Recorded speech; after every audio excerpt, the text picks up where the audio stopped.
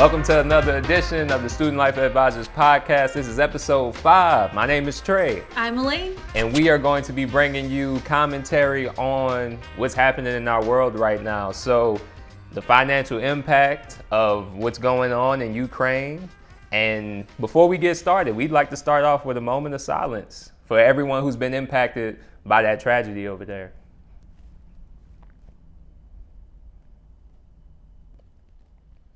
Thank you for joining us in that moment of silence. All right, it's time to get into it. So, Elaine, what's happening? What's the financial impact of what's going on in Ukraine right now? So there's been a lot of talk of inflation, about the prices of everything going up. So essentially, if you're a college student, you're looking to go to college, we've been talking a lot about budgeting. Yes, we have. We've been talking a lot about making sure you have enough money for everything that you need. And then if there's some left over for some of the small things that you want as goals and things like that. So when we're talking right now about everything that's happening, inflation is everywhere. It's literally everywhere. Yes. So, the cost of everything has just been going up. So if you had something in your budget, say $10 a week to get some coffee, because, I'm actually not really against people having little luxury items tossed in here and there. So if you want to go to the coffee shop and you have yourself a set budget so you don't go crazy, you don't go every day, if you had a $10 budget to get coffee, you might notice now your lattes that maybe were just a few dollars have gone up a few dollars. Yes, they have. So that $10 that you set across, maybe you can only get a latte twice now a week. And before, maybe you could squeeze in 3 to 4 times depending on where you're going. So that's what I kind of mean, that it's everywhere, but it's also affecting some of those costs of things you need. So housing, if you're driving a car, gas, that's been everywhere. Have you been able to turn on the TV or scroll through social? I'll tell you this. Every time I come to work, I see the prices and they look like they're going up every time. They're going up almost every day. And the national averages are increasing. I think at the beginning of March, we were looking at, I think it was around $4. Something about $4 was the national average. And we're starting to get above $5. Yes. In some locations. And we're actually expecting to see that to continue to increase. So that also means driving is becoming far more expensive. I know we've poked fun a little bit of the past of how you really look at every dollar that you're spending. Right. And you even calculate the cost of driving places. Per mile. And that is starting to go up significantly. So what we really want to talk about today, it's really hard because there's so much going on beyond just spending money. Absolutely. There's a lot of impact, I think, to my personal mental health, and I don't think I'm the only one out there. I can't look through my social media without seeing a tragedy, a story, something that really affects me. Mm-hmm. And then sometimes it's hard to step away and be like, well, let me deal with my problem of dealing with money, which seems so small and insignificant. But at the end of the day, it's not. Mm-hmm. You still have to find a way to keep living your life the best way you can do it.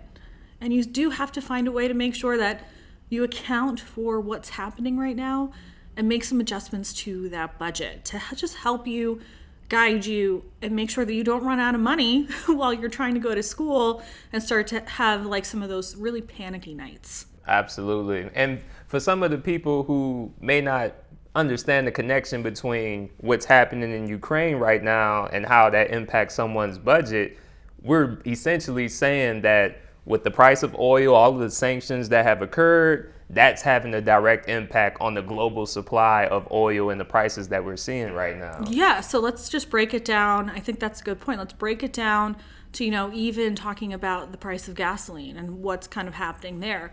We're expecting the national average to hit over $5. We hear that in the media every day. That's not unrealistic anymore. Mm-hmm. And in this lifetime, I think especially if you're going to college now or you've just started college, this might be the highest you've ever seen this gas price go. I think you're right. In my lifetime, I've never seen gas prices this high in my life. I have heard some stories from the past about how gas has been this expensive and everyone was lining up before the gas stations open. That's happening now. It is. It's starting to happen a little bit now. And I would say I've never seen it hit $5, but also the value of dollar is a little bit different now. That is a good point. I definitely have seen gas hit over $4 before, and that's probably a little bit closer to the value of the dollar today versus the value of the dollar when that happened. So that was kind of a rough period, because I also remember seeing gas being under $1 for a really short period of time. Right around the time I started driving, there were some places that you could actually get gas under $1. That was like a great time. But now we're actually having the opposite effect. I'm even reconsidering how much I drive, how much it's worth it to go back and forth. Back like even a few weeks ago, I have to go run an errand 20 miles away. Okay, that's fine. I'll do that and come back. That's 40 miles. And I'm kind of now thinking, oh, that's like $10. Yep. It's crazy with how just an increase in gas prices, you would think, oh, it's not that much. But when you look at how some people are paying 2 times, and I don't know if someplace maybe 2.5 times as much as they were paying a few months ago, that's a big difference. You're talking about if you were filling up once a week, you're still filling up once a week, but you're paying 2 to 2.5 times as much to fill up your same tank. Yeah. Like it's a ridiculous amount of constraint on your budget, I'd say. Yeah, and here's the thing. Like, one way you can kind of look at it is you definitely want to look at that budget and how you have gas in there. If you're driving a car and you want to increase it, I personally think at least 30% for now, and keep an eye on it. But then also on top of it, start looking at alternatives. Because if you are going to school right now, you're going to college right now, you might want to limit how much you actually need to drive. Obviously, if you don't live on campus and you need to drive to campus and that's the only way you can get there, you're going to have to, work with that. But just keep that in mind. But then all the extra driving, really think hard about some of the places you're going to go. And if you are going to go somewhere, maybe it's good to carpool with someone else. And this isn't really the time and I think a lot of people would understand, this isn't the time to be, the super nice friend. Hell no.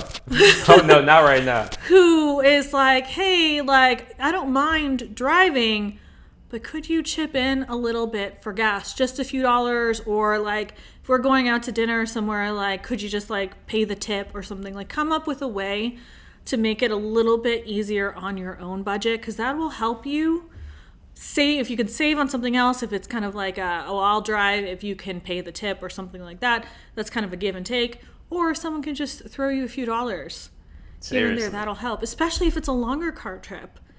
We're actually in Las Vegas and we drive out to California a lot here because it's not that far, but it's about a 4 or 5 hour drive depending on where you're going. And I've actually started asking people hey, I'm paying for gas. Mm-hmm. So could you guys either chip in for gas, or could maybe you cover one of the meals or one of the nights in the hotel, because it's getting a little pricey and driving there and back is actually significantly expensive. I completely agree with you. And I think that with the times that we're in, with all of the price changes, this might be an opportunity to really start having some of those financial conversations that individuals maybe hadn't been so willing to have before, because everybody's feeling it. I mean, if you run into someone at the store, you run into someone just out and about, maybe one of the conversations that that's gonna come up is probably about the price of everything, whether it's gas, whether it's groceries, whatever it may be. Everything's impacted with this inflation. So groceries are interesting to me in a weird way, because it's not only just gas when it comes to it. One of the things that's also happening with the Ukrainian-Russian conflict is, Ukraine and Russia are actually known to be exporters of fertilizer, of some corn, of some other things that we need for our crops. Right. And that we've relied on in the past for our crops. And right now, that's just something we're not able to get. So basically, that supply is not really something that we can access.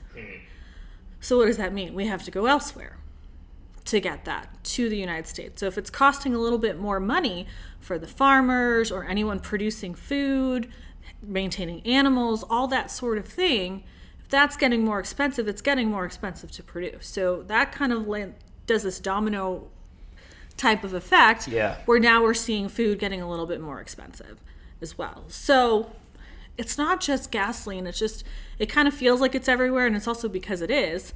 Then on top of it with groceries, to add more layers to it, generally, even though we have restaurants that are farm to table, grocery stores aren't technically really farm to table in most cases. Maybe in some cases they are. But, especially we live in the desert. Like, we live in Las Vegas, Nevada. Yeah. We do have a handful of farms here, but it's not like I'm from the Northeast. Like, there was really literally farms in my town. Right. But here it's just not like that. So they have to be transported in. Mm-hmm. And how does transportation You need gas to make it happen. You need fuel of some sort. So it doesn't matter if you're flying it, you're driving it, even trains. There are going to be expenses with that. So we're looking kind of like a double layer of an increased cost there. And I'm sure there's plenty of other things that could have been affected on top of that as well. Absolutely. Yeah, we're seeing how a commodity like gas is impacting not only the price that you pay at the pump, but the price that you pay at the grocery store, the price that you pay to heat your home, depending on which part of the country you live in. Yep. Heating is serious business. Yeah, and that's another thing we don't really rely on here too much. Mm-hmm. We have natural gas that's kind of pumped into our homes. We have electricity. Some of that will probably go up as well. But there are homes that rely on home heating oil. Yes. And propane. Mm-hmm. That's actually not that uncommon from where I'm from on the East Coast. So we're actually seeing increases in that as well, because it's not just gasoline. It's all, kind of natural sources of fuel. It's all the costs of oil, natural gases. It's a little bit more than just talking about gasoline. And that's why we're kind of seeing it across the board and where it's coming through. Yeah, it's interesting, and it makes me wonder what does the situation nowadays look like for the college student? Because some college students, they may live on campus, some other college students may live off campus, and the way that you're going to organize your budget is going to depend on that. Because if you live on campus, you might even pay your living dues at the beginning of a semester, which if so, okay, maybe that's locked in and that's solidified, so you don't have to worry about that. But if you're one of these college students who lives off campus, is maybe renting an apartment, has some roommates, renting a house, you're paying these bills on a month-to-month basis and seeing those changes in the cost, which, you might not even be ready for that. You might not be ready for that, but unfortunately it'll probably come. So obviously it's really important to start looking and crunching those numbers. Mm-hmm. So if you're looking at your budget anytime, you really want to make sure your needs are true needs and no wants are sneaking their way in there. And you really want to analyze it, because sometimes you might have a fixed income. Yeah. Especially while you're in college. You've earned the money you've already earned. Maybe you don't have the ability to work while you're in school. You've got your financial aid coming in. There might not be any additional money coming in. So you really want to make sure you budget that through. So with things going up, unfortunately, that's out of your control. Yeah. What's in your control is making small adjustments here and there to other things that you may not need, or even some of the things you need, maybe relying on them less. So we talked about, carpooling. If you aren't living on campus, see if there's any public transportation. Public transportation tends to be at least a fixed cost. You can usually calculate how much it'll cost you to get from where you're going to where you need to be on there. And generally there'll be, a lot of notice if that price is going to change or increase. Right. But at least it's relatively a fixed cost once you figure out what that's going to be. So that could be an option for you. Or if you can't take that to school, see if you can take public transit for other things, like going to your job or doing some activities after school, that sort of thing. And carpooling is always a great option if you can do it. And really have that conversation about splitting that bill. It's not fair for one person to be taking on all the cost and doing all the driving and then being stuck with paying for that gas bill. So if you are a passenger, it's always nice to just say, hey, if you don't mind, I'd like to chip in a little bit for gas and, help out your friends out there, because they might start to feel it as well.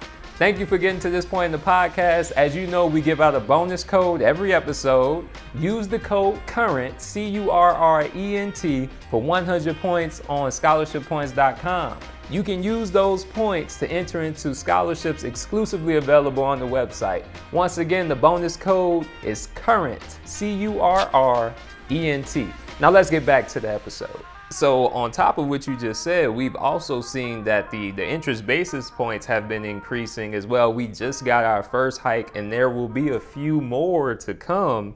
And that has an impact on the way that all loans work. So for students who are thinking about student loans, we're talking about there being maybe even a bigger discrepancy between your variable rate loan versus your fixed rate loan, and maybe those variable rate loans not being as, I don't know, intriguing as they've been before. What do you think about that? So all loans, federal, private, actually rely on Federal Reserve setting interest rates, believe it or not.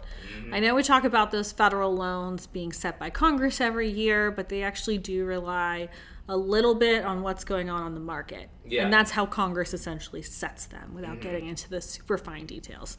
So what we're going to see is we're definitely going to see interest increase, which is going to be probably an impact that students will deal with a little bit in the future by the time they graduate, because most loans are set to start repayment after you graduate, with the exception of some private loans, which you could have chosen a repayment plan to make payments now. Yeah. Interest-only payments, start your payments right away, that sort of thing. But for the most part, we're going to be seeing some impacts. Unless you had a fixed loan where that loan is locked in. Your rate is your rate, everything is good, you pay it off with the term.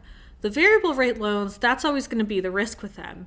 And they always look really appealing.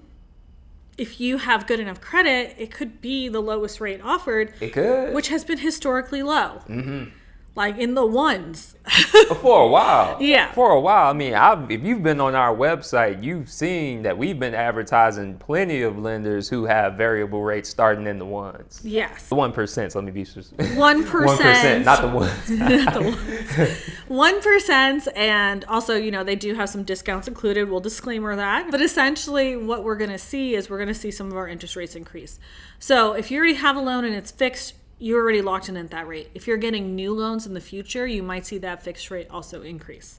So that's going to be more expensive for you to borrow a dollar. Anytime interest goes up, it makes it more expensive for every dollar you borrow. Yep. So you just have to keep that in mind. That's how I like defining interest, because it can be a really difficult concept to grasp for people. But I do think, interest is the cost of borrowing a dollar. Yes. That's it. Higher interest rate, that dollar costs more than it did. Yes, it costs more than it did, and keep in mind that is a daily calculation that's run on interest, and it's not as simple as just multiplying the interest rate by the loan balance. That is not really how it works. Yeah, that formula that we all learned in middle school when we did simple interest, calculating that. It's got a few more parts to it. Yeah, just a few. You got some multiplication, division, that sort of thing. Oh yeah. And obviously we have that on our website. We'll put a link in our comments so Absolutely. you can understand interest. But essentially, it is the cost of borrowing a dollar.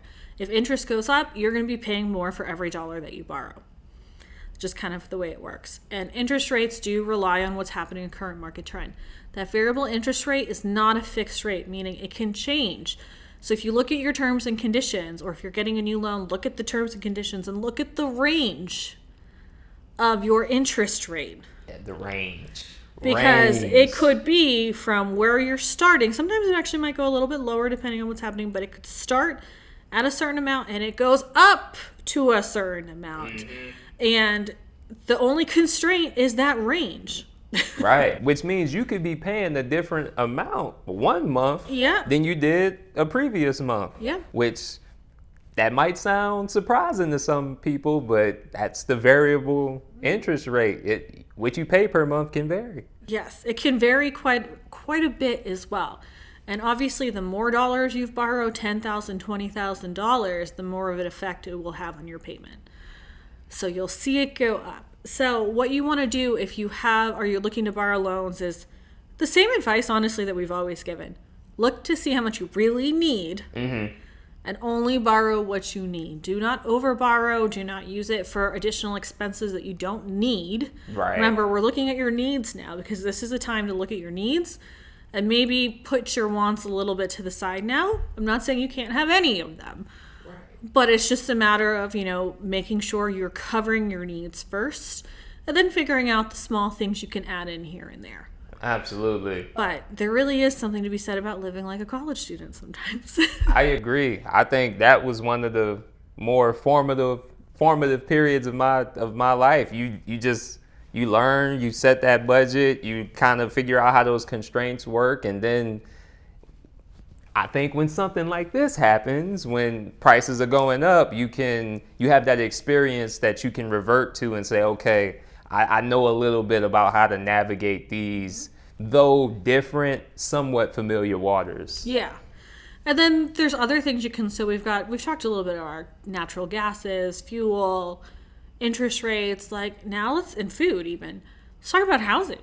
Before the conflict happened, we've been seeing rent prices increase in a lot of metropolitan areas. Yeah, it's getting extremely expensive. Las Vegas, I couldn't even tell you how much more expensive it is now to live here than it used to be. I've never rented in the city. Mm-hmm. I've been fortunate enough to not have to do that, but I've talked to friends and family who rent, and everything is kind of feeling to them skyrocketing. Astronomical increases. So I'll give you an example. I had a friend who had a 2-bedroom apartment, not in Las Vegas proper, city right next to us, but we kind of treat it all as Las Vegas area. And she was paying about $1,300, give or take, a month for a 2-bedroom apartment. And she's like, well, I'm working from home. It's nice to have all this space. And she moved here from California. So that's a bargain. $1,300, 2-bedroom. That apartment, she had to move out of it, and she decided to get a 1-bedroom somewhere else. And that particular apartment jumped up to, I think, about $1,800. That's a big jump. That's a big jump. That's somebody's car note on top of what they were paying before. So you go from being in the same place in lots of cases and then having to pay an extra $500 or $600 for the same space. But I mean, you're like, oh, that's the combination of that plus my car note or whatever bills I have associated with the property as well. And housing is a need. Housing is a need. Yes. When it comes down to it. So here are kind of like the things that I was talking. Obviously, she's not in college, so a lot of these options weren't there. It's like we talked about all the options. Roommates. Roommates. Are you willing to live with someone? Are you at a stage where you think you could take on a roommate or you want to live with a roommate? Not really her cup of tea. So she, like I said, her option was to go to a 1-bedroom and move somewhere else that had slightly lower rates than where she had been living. But roommates are a great option for college students. It may not be the most ideal thing, but in all honesty, now is the time that it's okay to kind of live with roommates. It's always okay to live with roommates, but now it's the time where people are already thinking to do that. It's a little bit easier. Everyone in that same kind of age group who's going to college, they're all looking for ways to save money, just matching up personality sometimes. But honestly, people are looking for roommates. Especially at this point, college. I think there are some people who've graduated and maybe enjoyed this luxury of not having roommates for a while, and yet we're in the situation that we're in now financially, and some individuals they might not be more willing than now. Yeah. To have a roommate. Split expense, because it's not even the rent. You're going to split all your other expenses. Hopefully. But if you all agree that you want certain items in your unit, some are mandatory through where you live. You have to pay for your gas. You have to pay for your electricity, things like that. Some of them are mandatory through your rental company. Got the Wi-Fi. But the Wi-Fi, generally that's something you need. Yeah. In college. Now, what you want to do is look for student discounts when possible. Student discounts I always wish I still qualify for student discounts. Oh yes. Oh yes. Sometimes they get 50% off what everybody else is getting. So look at student discounts. See, especially if you're in an area where there's a local college, because that's where you're going, see if there's any rates that they offer for college students, because now's the time to take advantage of anything you can help cut down some of that cost. Seriously. And if you're splitting it with your roommate, you're splitting it so many ways as well, depending on how many people you're living with. And I mean, I don't know, have you always noticed the trend? This was the trend when I was looking for an apartment. Having a 1-bedroom was only a few $100s cheaper than having a 2-bedroom, and as you go up, same kind of thing. It goes up a little in price. Yeah. But it's not a double. It doesn't double. No, it does not double. When I was looking at a 1-bedroom apartment for some time, I noticed that the 2-bedroom option was only about, I want to say, $300 or $400 more per month when I was looking back then, but everything's expensive now. I mean, a 1-bedroom now costs more than what a 2-bedroom apartment costs a few years ago for the same apartment, Yeah. like for the apartment in the same complex. Yeah. You're in the same complex and you're paying more for the 2-bedroom for a 1-bedroom now. Inflation is real. Yeah. So you kind of just want to look and find different ways to save money in housing when you have to. If you're locked into a lease now, that's probably a great thing because you don't have to worry about it this second. But if you're looking for a lease for next fall or in a few months or even next year, don't be too shocked if the price goes up. And if you are starting that process to look for a place to live, start getting an idea of how much it costs. Like, I know it might be hard to kind of lock in a solid number. I know this area is a little different in every city, every town, every state, everywhere. There's nuance everywhere with this. It all works a little differently. There could be more controls on rent hikes and such at different places than right where we are now. But keep an eye on it. Mm-hmm. Because if you are going to have to plan, get an idea of what you're planning for, right? Seriously. You got to have some kind of plan, some kind of vision for what's going to happen. Otherwise, it can go haywire and you have no idea what your response should be. You're just dangling when in the midst of all of this uncertainty. Well, I think that was a lot that we covered in episode 5 of the Student Life Advisors podcast, but we appreciate you all tuning in with us for this rendition. We'll be back for episode 6 to talk about a lot more as far as some of these courageous conversations that we think are necessary in order for us to take ourselves to the next level as far as budgeting, as far as being a college student, all of those things. And who you need to have those conversations with. Absolutely. And getting the guts to start them. Right. That's the hard part. Yeah. That's the hard part. But once again, thank you for tuning in, and we hope that you enjoyed this episode. And until next time, we'll be here.